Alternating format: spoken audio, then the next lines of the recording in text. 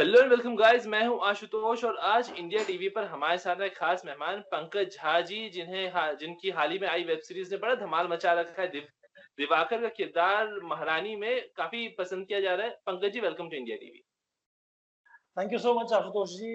Thank you India TV इस साक्षात्कार के लिए। मेरे लिए बहुत बड़ा मौका है ये, क्योंकि मैं बचपन से इंडिया टीवी देखता आया हूँ और पसंद करता आया हूँ बहुत सारे एंकर्स को। मेरे पसंदीदा भी रहे हैं बहुत सारे anchors. Thank you so much. बिल्कुल। पंकज पंकज जी, हाल ही में हर कोई लॉकडाउन से गुजर रहा है, पैंडेमिक से गुजर रहा है। बट इस दौरान महारानी की शूटिंग हुई, आपका किरदार बहुत ज्यादा पसंद किया जा रहा है। तो थोड़ा सा आखिर ये जर्नी कैसी रही, मतलब जो पंकज के झा की जर्नी जो दिवाकर तक, ये किस तरह से, थोड़ी सी उस बारे में बताएंगे, जो ये ट्रांसफॉर्मेशन हुआ किस तरह से हुआ। ओके। लॉकडाउन जो लास्ट ईयर का था उसमें जैसा पता है आपको कि सब लोग बिहार की तरफ कूच कर रहे थे। मतलब अपने गांव की तरफ कूच कर रहे थे। मैं बिहार से हूँ। एक अररिया छोटा सा गांव है, घोड़ासहन प्रखंड, मोतिहारी जिला में, इस चंपारण डिस्ट्रिक्ट में। तो मैं भी अपने गांव चला गया था। और गांव जाने के बाद में वो एक निराशा का माहौल और वो एक डिप्रेशन का माहौल तो वो था ही, सबके साथ था, मेरे साथ भी, क्योंकि थोड़े जो जमा किए हुए पैसे थे वो मेरे खर्च हो गए थे। लेकिन गांव में ये है कि अपना घर है अच्छा सा, वहां पे गाय है और खेत खलिहान है और वो पेड़ है और आम का पेड़। उस वक्त आम का मौसम था तो मैं आम के बगीचे में जाके आम तोड़वाता था, और आम खा रहा था और दूध पी रहा था। तो बड़ा अच्छा, मतलब एक खेतों में जाना और अच्छा सा माहौल। उसी बीच में I got a call from Mukesh Chhabra office. Mukesh Chhabra मेरे बड़े अच्छे मित्र हैं।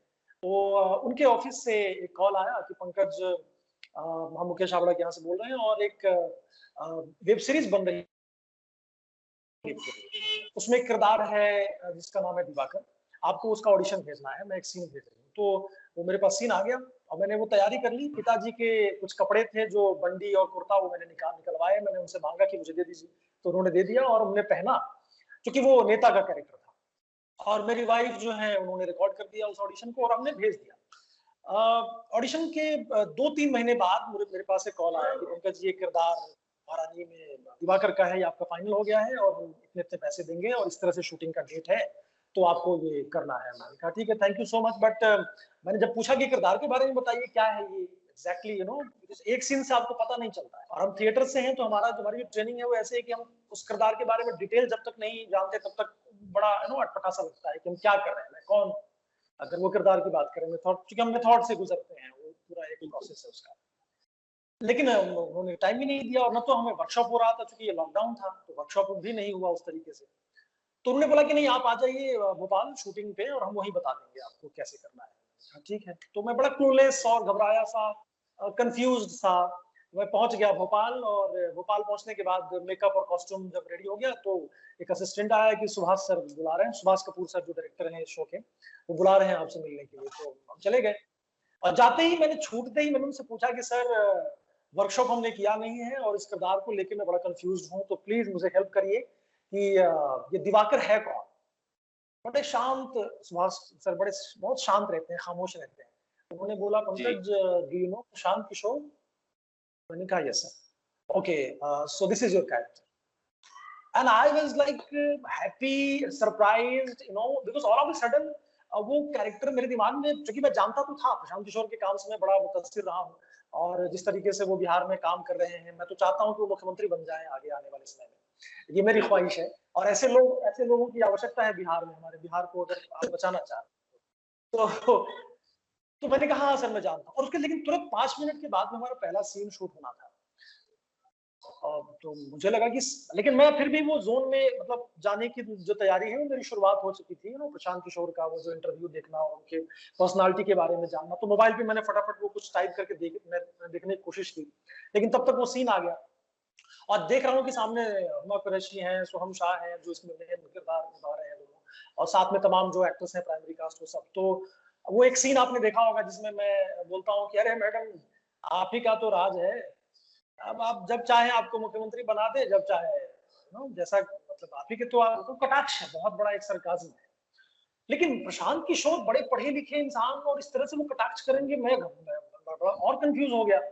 तो वो सीन शूट होने में बड़ी परेशानी हो रही थी। फिर सुभाष सर ने, मतलब बड़े अच्छे से हैंडल करके, मुझे लगातार उस सीन थोड़ा लंबा चला गया था, तो वो पहला दिन था मेरा, तो उन्होंने उसको समझाया कि प्रशांत किशोर का वो ग्लिम्स है, मतलब इंस्पिरेशन है, लेकिन हम इसको ऐसे निभा मतलब इस किरदार को हमने ऐसे शेप किया है। एंड देन बैंग ऑन वो किरदार मतलब वो डायलॉग हो गया और वो सीन बड़ा अच्छे से शूट हो गया और इस तरह से दिवाकर के किरदार की शुरुआत हो गई कुछ दिन बाद पहले। बिल्कुल बिल्कुल, जैसा आपने बताया मतलब ये वाक़ई में जब हम स्क्रीन पे देखते हैं तो ये अंदाज़ा लगा पाना काफ़ी मुश्किल है कि शॉट लगने के पहले आपको बिल्कुल भी अंदाज़ा नहीं था कि किस तरह का किरदार है, क्या है और जो अचानक से ही मतलब जिस तरह से आपने इस किरदार को पकड़ा वाक़ई में काबिल-ए-तारीफ़ है। और दर्शक भी बहुत ज़्यादा पसंद कर रहे हैं इस किरदार को आपके। अच्छा, जैसे-जैसे जब आप ये इसकी शूट कर रहे थे, शूट चल रहा था, तो भी अंदाज़ा था कि जी। जब रिलीज़ होएगी तो किस तरह का रिस्पॉन्स आएगा, दर्शक किस तरह से देंगे, पसंद करेंगे, नहीं करेंगे या क्या क्या दिमाग में चल रहा अ, था? देखिए जब हम शूट पे पहुंचे भोपाल तो वहाँ पूरा का पूरा जो हमारा सीन था वो मुझे मिल गया था। तो मैं होटल में जाके मैंने जी, पूरे सीन को मैंने पढ़ा, अपने सारे डायलॉग्स को मैं पढ़ रहा था और तमाम और भी सीन्स थे जो पूरा का पूरा आप कह सकते हैं कि स्क्रिप्ट था मेरे पास। तो वो पढ़ने के बाद मुझे पता इतना तो चल गया था कि यार ये कुछ कमाल का बनने जा रहा है क्योंकि इस तरह के सब्जेक्ट पे अभी तक कोई वेब सीरीज नहीं आई है। और सुभाष कपूर सर का की बहुत पकड़ है पॉलिटिकल ड्रामा बनाने में और पॉलिटिकल चीजों पे बहुत पकड़ है उनकी। या जैसा आपको जी, पता है, खुद वो पत्रकार रह चुके हैं फिल्म मेकर बनने से पहले। तो और दूसरी बात है कि जिस जिस तरीके की यूनिट मैंने देखा पहले दिन तो मुझे मैं बिल्कुल आश्वस्त हो गया था कि हम लोग कुछ जो भी बना रहे हैं वो कुछ कमाल का बना रहे हैं, इतना तय था। इतना बड़ा हिट हो जाएगा, लोग इसको इतना पसंद करेंगे, ये अंदाजा बिल्कुल नहीं था मुझे। और खास करके मेरे किरदार को लेकर अभी तक मैं लगातार मेरे पास कॉल्स 28 तारीख के बाद से मेरे पास कॉल्स आ रहे हैं, मैसेजेस आ रहे हैं, तो मुझे बड़ा अच्छा लग रहा है। लेकिन इसके लिए मैं आपको बता दूं आशुतोष जी, सुभाष कपूर सर को मैं इसके लिए जिम्मेदार मानता हूँ, उन्होंने मुझसे ये करवा दिया है। और बिल्कुल।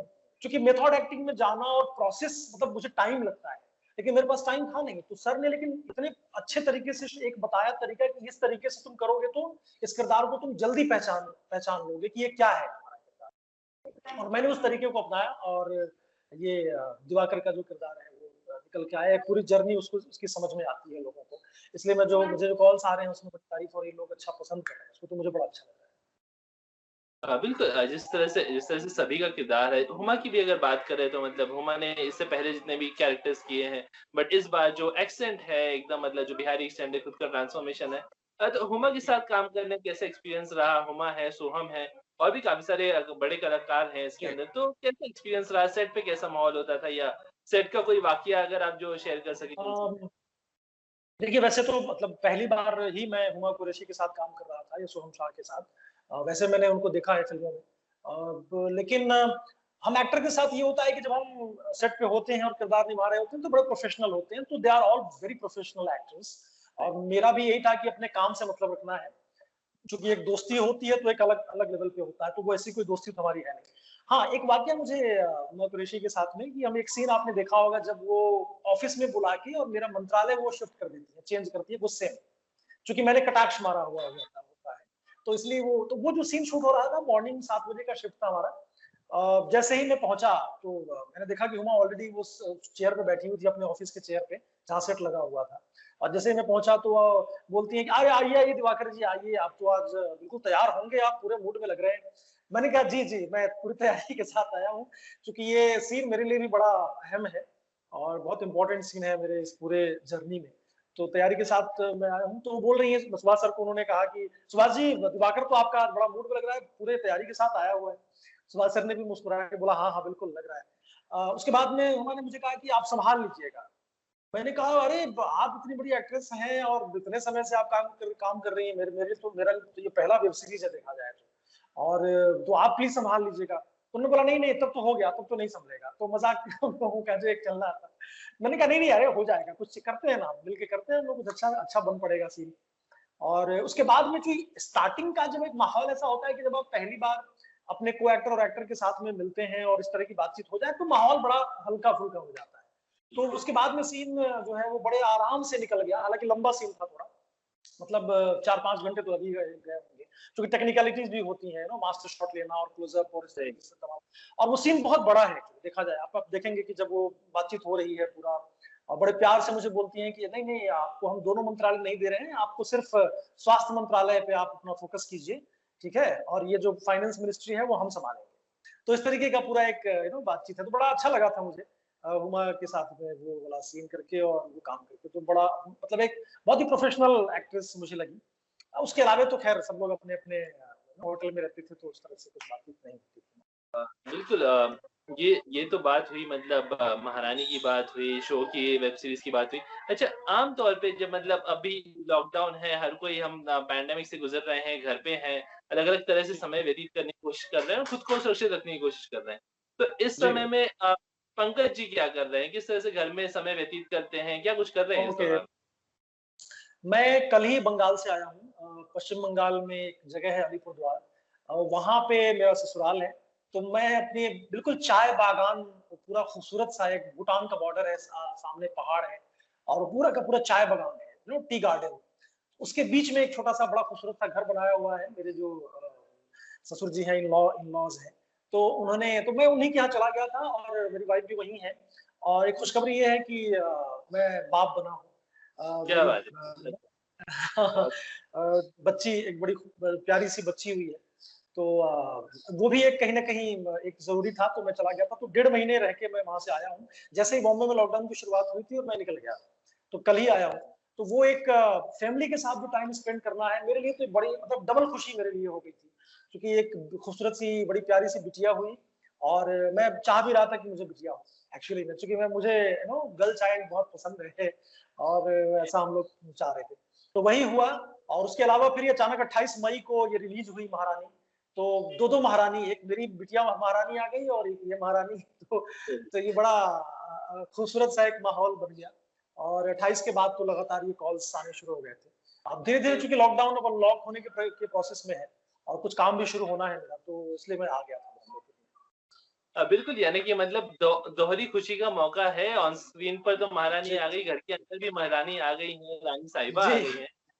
तो जी। कहीं न कहीं अब जब आप वापस आ गए हैं या फिर अब आने वाले समय में इसकी तो मतलब ये सक्सेस हो ही गई है, काफ़ी लोग पसंद कर रहे हैं, लोकप्रिय हो चुकी है। आने वाले जी, समय में और किस तरह के किरदार हम देखने वाले हैं? क्या कुछ प्रोजेक्ट्स हैं आने वाले समय में? जी, मेरे जो कुछ प्रोजेक्ट्स हैं अभी इसी लॉकडाउन में मैंने शूट किया। इंडिया लॉकडाउन एक फ़िल्म आ रही है, मधुर भंडारकर सर उसको डायरेक्ट कर रहे हैं। मेरा एक जी। अच्छा सा किरदार है, तो वो शूट खत्म हो गया है और आने वाले इसी मंथ में, मतलब जो जून का एंड है, उसमें एक वेब सीरीज़ है जिसको डायरेक्ट कर रहे हैं विक्रमादित्य मोटवानी सर। जी। उसका नाम है स्टारडस्ट। तो हाँ। ये 2 प्रोजेक्ट अभी मेरे पास है जो आने वाला है और एक शूट होने वाला है। पंकज जी आप अब कहीं न कहीं जो आपकी जो लोकप्रियता है, रुझान है वेब सीरीज़ की ओर जा रहे हैं। बट एक समय वो भी था जब आपने बालिका वधू और टीवी शोज़ में भी हाथ जी, आज़माए हैं और काफ़ी जी। लोकप्रियता भी मिली है। तो कभी मौका मिलता है जी। तो एक बार फिर से टीवी की ओर आना चाहेंगे या फिर वेब सीरीज़ यहीं पे ठीक है? देखिए, मैं एक एक्टर हूँ और बहुत ही मतलब कहीं कोई ऐसा सोच के नहीं रखा है कि नहीं मैं सिर्फ़ वेब सीरीज़, देखिए वेब सीरीज़ तो अभी-अभी शुरू हुआ है। इससे पहले तो टीवी सीरियल्स और फ़िल्में ही तो थी हमारे पास। तो वेब सीरीज़ हो, टीवी सीरियल हो, फ़िल्म हो, अच्छा किरदार हो, मन लायक हो जिसमें हम एन्जॉय कर सकें, मज़ा मज़ा आए उस किरदार को निभाने में। ऐसा कहीं भी मिलेगा तो मैं बिल्कुल तैयार हूँ करने के लिए। अभी शॉर्ट फ़िल्म भी मैंने बीच में कर ली थी बहुत सारी। जिसमें कि सीज़न्स ग्रीटिंग्स का नाम मैं ज़रूर लेना चाहूँगा। रंगमंच एक शॉर्ट फ़िल्म है वो, इसमें मैं प्रोटैगनिस्ट इन सारे शॉर्ट फ़िल्म्स में मैंने किया है। सीज़न्स ग्रीटिंग्स जो है वो बहुत सारे फ़िल्म फेस्टिवल्स में, नेशनल और इंटरनेशनल फ़िल्म फेस्टिवल में घूम के अभी वो अमेज़न प्राइम यूके, यूएसए और डिज़नी हॉटस्टार पे स्ट्रीम हो रही है। अच्छा किरदार है, आप लोग ज़रूर देखिएगा, मज़ा आएगा आपको शॉर्ट फ़िल्म को देखने में। तो तो बेहतरीन मेरे जी। आपकी बेहतरीन फिल्म सभी ने देखी थी, लिलीत दुबे, राइमा सेन काफ़ी लोग थे, काफ़ी अच्छा काम किया है, आपका भी किरदार काफ़ी अच्छा था। किसमें कौन से शॉर्ट फ़िल्म की बात कर रहे हैं? सीज़न्स ग्रीटिंग, राइमा सेन, जी, जी। लिलीत दुबे। नहीं, वो दूसरी है। जो आप राइमा सेन और रिलेट दुबे की बात कर रहे हैं, वो दूसरी सीज़न्स ग्रीटिंग्स है। मेरी वाली जो जी। सीज़न्स ग्रीटिंग्स है, वो अलग है। जिसमें कि एक सैड नाम की बीमारी है, सीज़नल अच्छा। अफेक्टिव डिसऑर्डर जिसको कहते हैं। उसपे ये बेस्ड ये शॉर्ट फ़िल्म है और मेन मेरा ही किरदार है, उसके अलावा और कोई उसमें कास्टिंग है नहीं देखा जाए तो, सिर्फ़ सिंगल एक कैरेक्टर है और बहुत कम मैं बोलता हूँ उस शॉर्ट फ़िल्म में। शिकागो इंटरनेशनल फ़िल्म फेस्टिवल में सेलेक्ट हुई थी, वहाँ डायरेक्टर गए थे उस फ़िल्म को लेके। लॉस एंजेलिस फिल्म फेस्टिवल हो गई, उसके बाद में ब्रिटिश शॉर्ट फिल्म फेस्टिवल हो गई और तमाम बहुत सारे film festival, Dada Saheb Phalke award मिला था उसको 2018 में दिल्ली में जो होता है उसमें स्पेशल फेस्टिवल मेंशन। तो ये एक मेरी शॉर्ट फिल्म एक अलग है। शायद सेम नाम से नीरज दुबे भी कर रही, मतलब उन्होंने भी किया है राइमा सेन की शॉर्ट फिल्म, जी, तो जी। वो एक अलग अलग शॉर्ट फिल्म। जी। चलिए पंकज जी बड़ा मज़ा आया आपसे बात करके। हम उम्मीद करते हैं जिस तरह से आपका जो करियर ग्राफ है ऊँचाइयाँ छू रहा है और आगे आने वाले समय में और भी आगे ही बढ़ता रहे। तो उम्मीद करते हैं जल्दी सारी चीज़ें नॉर्मल हो और एक बार फिर हम अपने आपसी नॉर्मल नॉर्मल तरीके से इंटरव्यूज़ कर सकें, मिल सकें, चीज़ें बेहतर हो। जी, तो बहुत-बहुत धन्यवाद आपने समय दिया। Thank you so much. Wishing you good luck and good health. Thank you Ashutosh, thank you so much and thank you again to India TV और जितने भी लोग हैं जो इस साक्षात्कार को करवाने में मेरी मदद कर रहे हैं, उन सबका बहुत-बहुत धन्यवाद। Thank you, thank you so much Pankaj. Take care. Thank bye. You.